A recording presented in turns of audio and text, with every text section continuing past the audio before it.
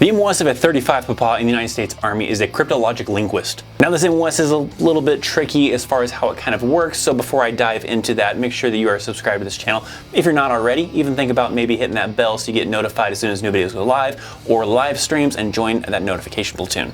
Alright, so let's start off with some of those primary job duties of a 35 Papa.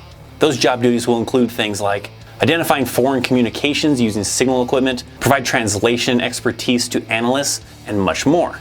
This is an MOS that is available for active duty, National Guard, as well as reserves. And to get into this line of work in the United States Army, it is going to require you to have a high school diploma or a GED, as well as take the ASVAB and get a qualifying AFQT score to qualify for the United States Army. Now here's where things are going to start getting a little bit complicated here. So specifically for a 35 Papa, the United States Army says you need to at least have a score of a 91 in the skilled technical section of the ASVAB. But, however, there's a little bit more I need to kind of explain with that. So you're not typically going to be able to get the MOS of a 35 Papa. More commonly is what you're going to get is the MOS of a 35 Whiskey. The 35 Whiskey is a human intelligence collector recruit. Basically what this is a placeholder for your MOS. Now it's not until later, which I will mention, that you will either become a 35 Papa or a 35 November. But the United States Army says for a 35 Whiskey, you're going to need a 101 in the skilled technical section.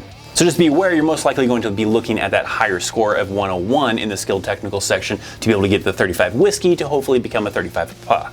But let me tell you about the topics that are going to be covered in the ASVAB that would get you that score in the skilled technical section. That is going to come from 5 subjects on the ASVAB, including word knowledge, paragraph comprehension, general science, mechanical comprehension, and mathematics knowledge. Now, as far as the training for this MOS, it is going to require the typical 10 weeks of basic training. And then after basic training, if you already know a qualifying language, then you would move on to AIT. But if you do not know a qualifying language or know that language well enough, then you're gonna have to go on to language school. That language school is taught at the Presidio of Monterey in Monterey, California. Now, depending on the language, you could possibly be there for 18 months, maybe a year. It really just kind of depends on the language, really. Now, based on the research I've done, it seems like that is where they will determine if you're going to become a 35 November or a 35 Papa.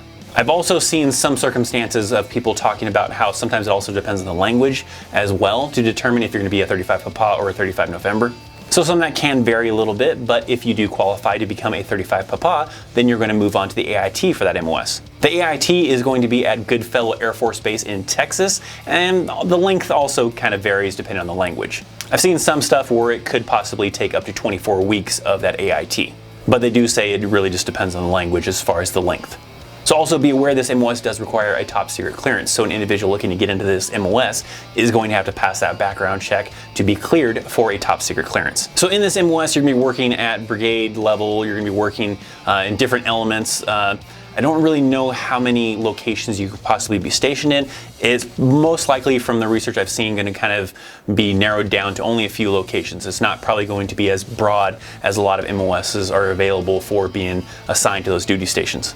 But with this MOS, I would imagine typically if you are not deployed to an area where you're actively doing your job, it probably involves a lot of kind of training to kind of keep fluent in that language, to keep fluent on the skills that you need and all that kind of stuff, because if there's not kind of any real application of you actually trying to maybe intercept some kind of enemy transmission to translate their language or collect some kind of intel from another country or whatever the case is of a real life situation of using your job, then you're probably just doing a lot of training because there isn't any kind of application to just be doing it stateside other than for your actual job. So just be aware if you're not actively engaging in trying to probably translate stuff and do things, you're probably just stuck doing a lot of training to stay up to date and fluent with your MOS or your job.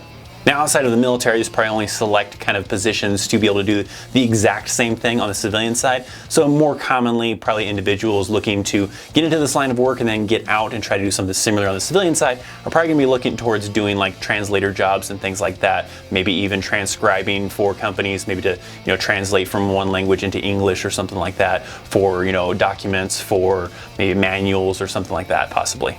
So for that, it could possibly be a great MOS to get into if you can qualify for it, to be able to be a translator or be able to get into this line of work in the civilian side.